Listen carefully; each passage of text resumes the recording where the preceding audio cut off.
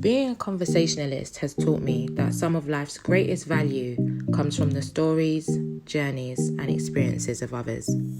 Through this podcast, I'll be speaking with some of the most tapped in and inspiring individuals from various different industries to unpack the gems behind successfully navigating our way through life with purpose. This is Candid Conversations on the Nicola Dawkins podcast. Hi guys, welcome to another episode of the Nicola Dawkins podcast. This is a part 2 of what I started last time. You guys would have seen me on a solo episode, which was leaving my 9 to 5, what it looked like, what it entails, and what it still currently looks like and entails in this current day and age. For this second part of the series, so to speak, I really was a bit questionable and doubtful as to what I'm going to share with you guys in this episode, and I decided on just being transparent really and just giving you guys some of the background of what it looks like to actually pursue your purpose, what it looks like putting yourself out there, what it looks like chasing your dreams and putting everything on the line to try and achieve what you feel like you've been called here to do. And for me, over the past 2019, so I'm going to say 3 years. So 2 years, May 2020, I started the Purpose platform, but May 2019 is when I left my initial full-time property career. And I think what's not spoken about very often is actually the difficulty of chasing your dreams, the difficulty of what it looks like waking up every day, pushing at a dream and continually putting yourself out there, or putting your energy, putting your money and putting your time into what you believe you were called here to do, or what you believe you're talented at, or what you believe you can add to the world.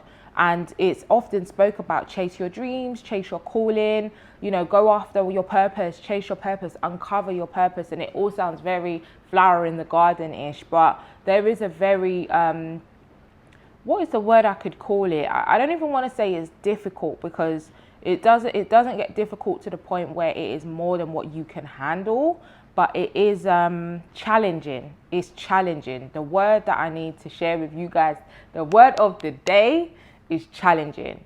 Chasing your purpose, chasing your dreams, pursuing your calling, going after just your passion, your creativity. It is challenging because although it is something that you're gifted at, just feeding into that every day and investing in that and believing in yourself, and when you haven't hit a certain stature and knowing that you've got what it takes, but actually just doing the work to climb the ladder in whichever field you're in and wherever you're going, it takes a lot of tenacity, it takes a lot of resilience, it takes a lot of self-belief to just continue and to keep pushing. So today, I feel like that's kind of what I'm going to share with you, is just the journey and the milestones really that I've encountered and experienced on this pursuit of fulfilling or answering my calling and fulfilling my purpose. I shared with you guys in the last episode, and if you haven't already watched the last episode, definitely pop over and watch it and come back here to join me for this part 2. But I think for me specifically, coming out of my 9 to 5, where I knew that I go to work for a set amount of hours, I come home.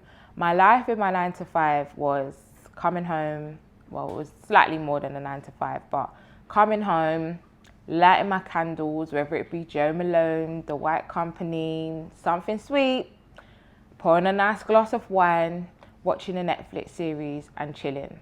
And then you go to bed, you wake up the next day, you do it all again. Or you leave work, if you're not going home that night, you're going out, you're drinking cocktails, but you know that that's the amount of hours you're working.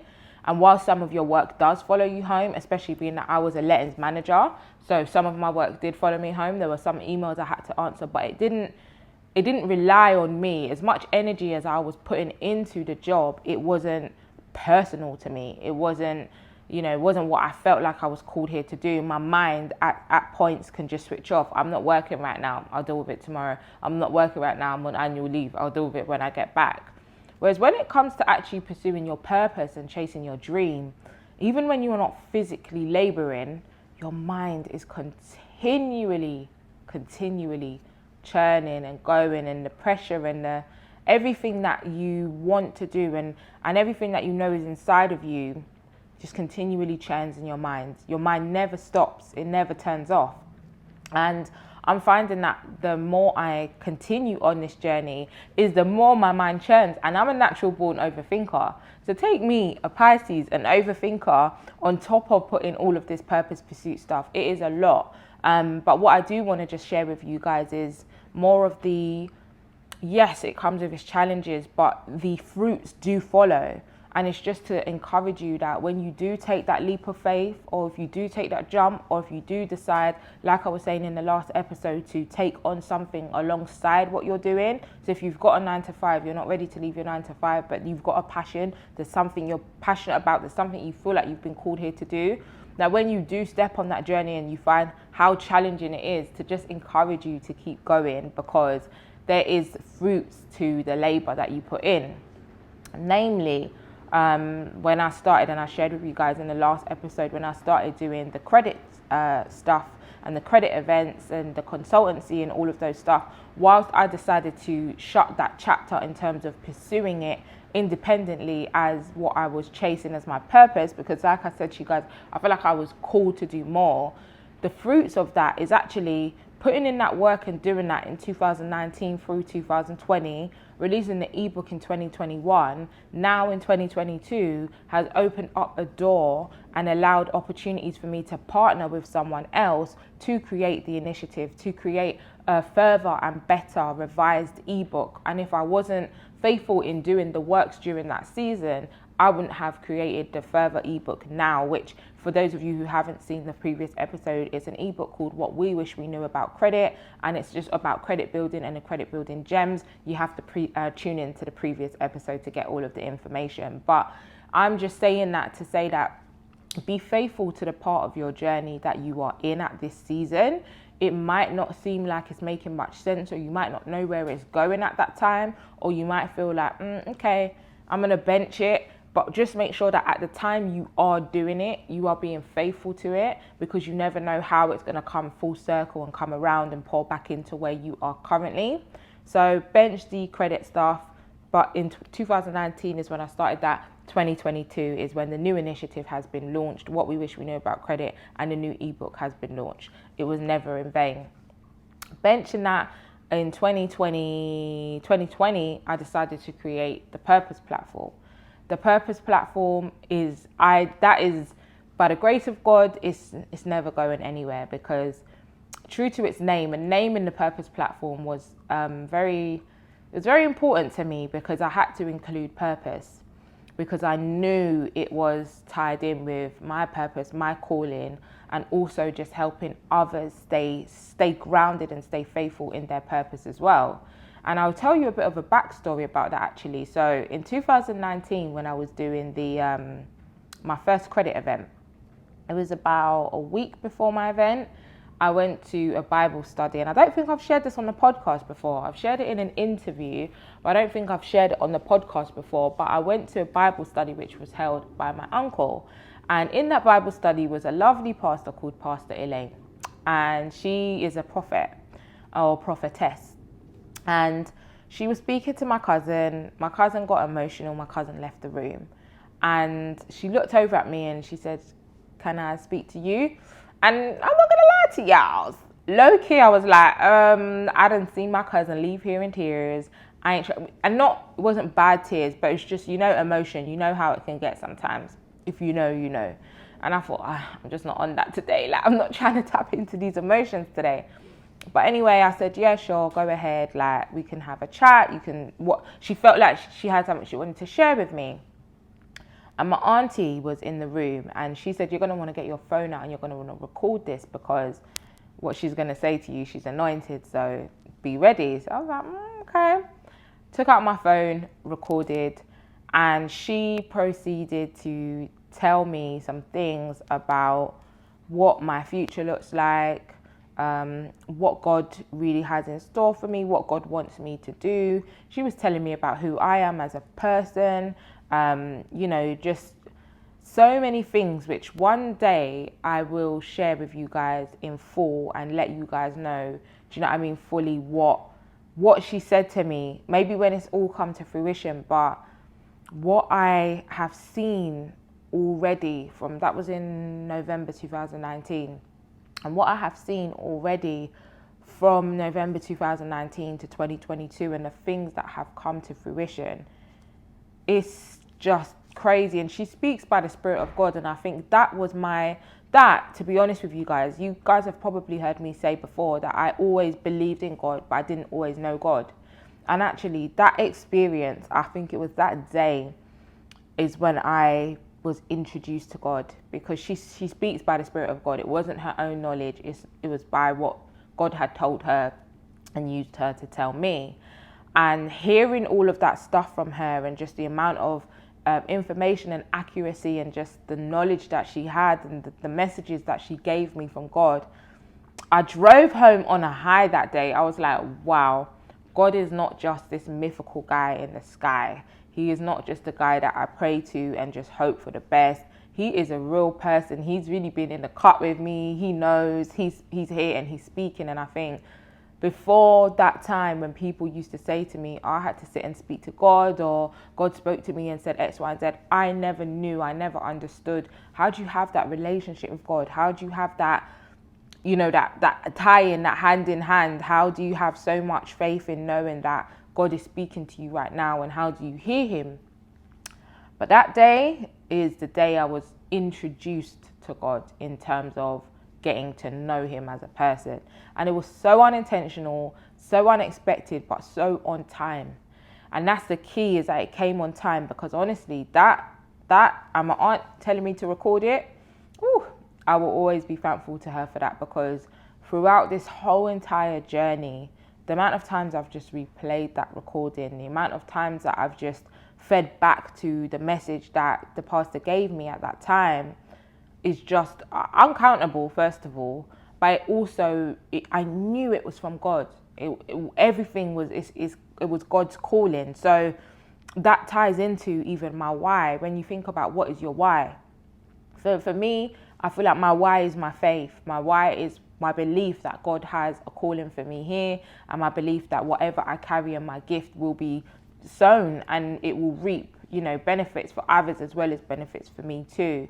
And for me, I feel like that's what helps me get out of bed in the morning. And it's even on the low days, even on the bad days, that your why is there and your why is unshakable. Because for me, I feel like God is unshakable. Faith is unshakable. But when you place your why on things, when you place your why on your desire to have a mansion, you place your why on a desire to get a new car. If mansions didn't exist tomorrow, what's your why to wake up and to continue chasing your dreams?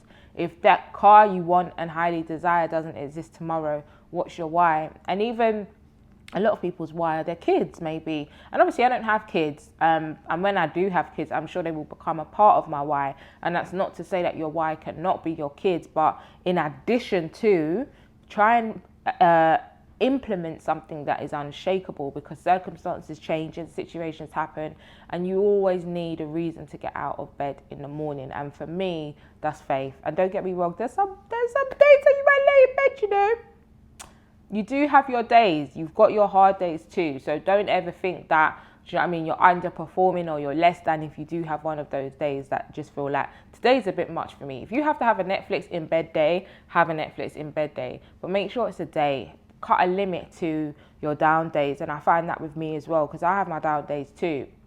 But you have to know, first of all, that you're having a down day. So if you're having a day where you're just like, you just don't have it in you, it's either an emotional time, something might have happened, your energy's spent, whatever it might be, but that's one of those void and redundant days. That's fine, but you have to know and count it as a void and redundant day. So make sure tomorrow you get up, you work, you get up, you do what you have to do, you get up, you jump back on your to-do list, you read your book, whatever it might be. Make sure that you portion and section that day as one of those days. Allow yourself to have that day or even those couple of days, but get back up. That's the main and most important thing. So yeah, that for me was just a little bit of a story in terms of my why, and why I'm so passionate about not only the Purpose platform, pursuing my purpose, God as well. I've always been a believer of God, but just knowing that He's set me on this path. And every time I hear from people, whether it be something I've put out that's impacted their life in a positive way, or just hearing people sometimes tell me that, you know, they see something in what I'm doing, or see something in me, or believe I'm talented. Every little portion of opportunity I get, whatever it might be, all of that is confirmation for me every single time that, okay, I'm on the right track. The path that God's put me on, I'm walking in the right direction. And I think look out for those little keys. Sometimes we can be hard on ourselves. Sometimes I feel like I'm not doing enough. I'm not doing enough at all. I know that I've got more potential. I know there's more for me to be doing right now. But then you just have to give yourself the grace sometimes. And when you hear someone say, oh, you know, they acknowledge what you're doing, say, yeah, actually, it's true. I did do that. And that's another thing. I think when you see someone doing well, I'm so big on letting people know that they're doing well. I'm big on giving people their flowers, because it's hard out here, first of all.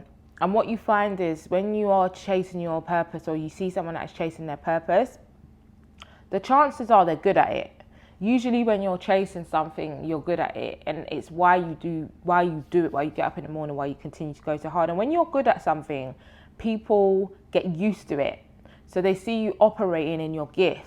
But they're like, oh, you're a great dancer. They always see you dancing. They always see you winning awards for dancing. So they tend to acknowledge your greatness less, not because they think any less of your greatness, but because they just become used to it. And sometimes you find that the person behind the greatness, that dancer, just hearing someone go, you're such an amazing dancer, or I saw your performance, or, you know, just feeding and pouring into that person, it really sometimes just gives them the boost and the reassurance that they need, because little do you know that dancer might be suffering with imposter syndrome and thinking, do you know what, this dancing thing might not be for me. I don't think I'm being impactful in this dancing space. So always make sure that when you see someone doing good, if it falls on your heart to give them their flowers, give them their flowers. It doesn't matter if they're a complete stranger. There's no rules to giving people their flowers. So that's very important. But the steps that I've just taken, as I was saying, in respect to the purpose platform, and as much as I feel like I could be doing more, or I know I'm going to do more, but I can be hard on myself. Sometimes it's just about taking inventory of what you've done so far. And honestly, someone like Nipsey and his marathon concept keeps me going. It's something I revisit all the time, that it's a marathon. And you can't get everything overnight. You can't do everything overnight. And sometimes when you have so much in your heart and so much that you want to do, you constantly just put pressure on yourself to do it, and do it all now. And whoever needs to hear this message right now, slow down. Me too. I need to hear the message too. I need to hear the message. But slow down. You've got time. Everything in its right time. We don't know how much time, but we've got time. We've got today, first of all. And we've got enough time to fulfill everything we need to fulfill whilst we're here. That's how God's patterned it, in my opinion. He's made sure that for the length of time we spend here, everything we're due to do, we will get the opportunity to do it. We will get the opportunity to experience it. So don't try and rush. Keep your eyes on your lane. Don't worry about what's going on to the left of you. Don't worry about what's going on to the right of you. Keep your eyes on your lane and move forth in your plans, what you're doing, what's on your heart, and just take it at a steady pace. Take time out. The other day, I went to Greece. You guys probably know this. I don't know if I spoke about it in a podcast actually, but the other day I went on holiday, and that's my first holiday since COVID. I didn't go away since September 2019, which, actually, you guys, if you've been here for a really long time, you might have heard about that trip. I went to Atlanta solo, first ever solo trip. But I went to Atlanta solo to go to a summit. And actually, even that summit gave me the little flame that I needed to really go full throttle, because it was just after I decided to not pursue events. If you watched the last episode, you'll know where I'm at with that. But it's where I decided to not pursue events and wedding planning, and to go out on my own and do, to follow my purpose, to follow what I feel like, or to start that journey. Purpose isn't one thing. Your purpose might be something today, but that's your purpose for the season in life. And as we continue to grow and as we experience different things in our lives, I do feel like our purpose will blossom, our purpose will increase.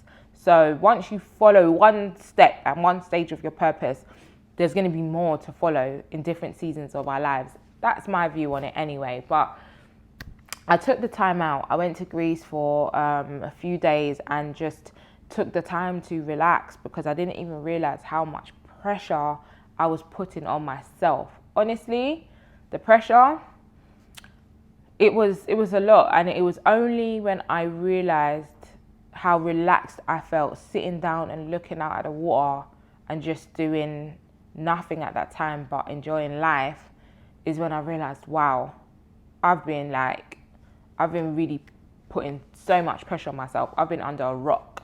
So even with that, I just want to say to whoever needs to hear this today as well, is to just take some of the pressure off of yourself and take a break. Whoever need to hear this, book the holiday. If you guys didn't, book the vacation. Because it really did replenish my soul, it replenished my spirit, and it opened my eyes to actually the way I was living. It was opening my eyes to the fact that you can't keep putting this much pressure on yourself. Yes, we all like to hustle, we all like to go hard, but we do need to take breaks. We do need to put our self-care first as well. So yeah, I hope that this episode has given you guys just a bit of an insight to the realness of the journey. That's the goal behind this little series of segments that I'm doing. Each of my solo episodes will be different. They will have different messages behind them. But this little segment, just with respect to chasing and pursuing your purpose, is just to give you guys a genuine insight on what it looks like to pursue your purpose. And even though maybe from the outside looking in, you might see, oh, you've released an ebook, you released a planner, oh, you got this going on, you got that going on, you've done your podcast. Like, yeah, these are all great things. These are amazing. But it's fruits. What you guys see, in fact, the internet and social media, is what you guys see is the fruits. But there is labor. And no one really talks about the labor behind all of the fruits and what that looks like realistically. It's not just work, it's emotional strain and life on top of that. You got your dreams and your goals, that's one thing. But life happens as well. There's things that happen with families, whether it might be your family, it might be your relationships, it might be your friendships, it might just be yourself, your emotions, the world, the things that are going on in the world. And the weight of that within itself is a lot as well. So take time, don't rush. Just know what your calling is, know what your purpose is. If you don't know what your calling and your purpose is, the one thing I always say that I feel like helps to reveal what your purpose is finding something that you're good at naturally, without even trying, you're just good at it. Can that thing help other people? And do you enjoy doing that thing? So when you marry those three things together, I find that naturally brings you to your core purpose. Something you're good at. Does it serve other people in whatever way that might be? Even if you're good at singing, your soul, like singing and putting your music out, can be soul soothing to someone else. So it can inspire other people. So don't think it's stuff physically serving or laboring other people. Whatever you're gifted, something you're naturally gifted at, does it serve other people and do you enjoy it? Once you marry those things together, you tend to find your purpose. And at the core of your purpose, I do find when you pursue what your purpose is, it opens up the door for you to include everything you're passionate about. There will be avenues and opportunities for you to do the things you're passionate about when you're operating in your purpose.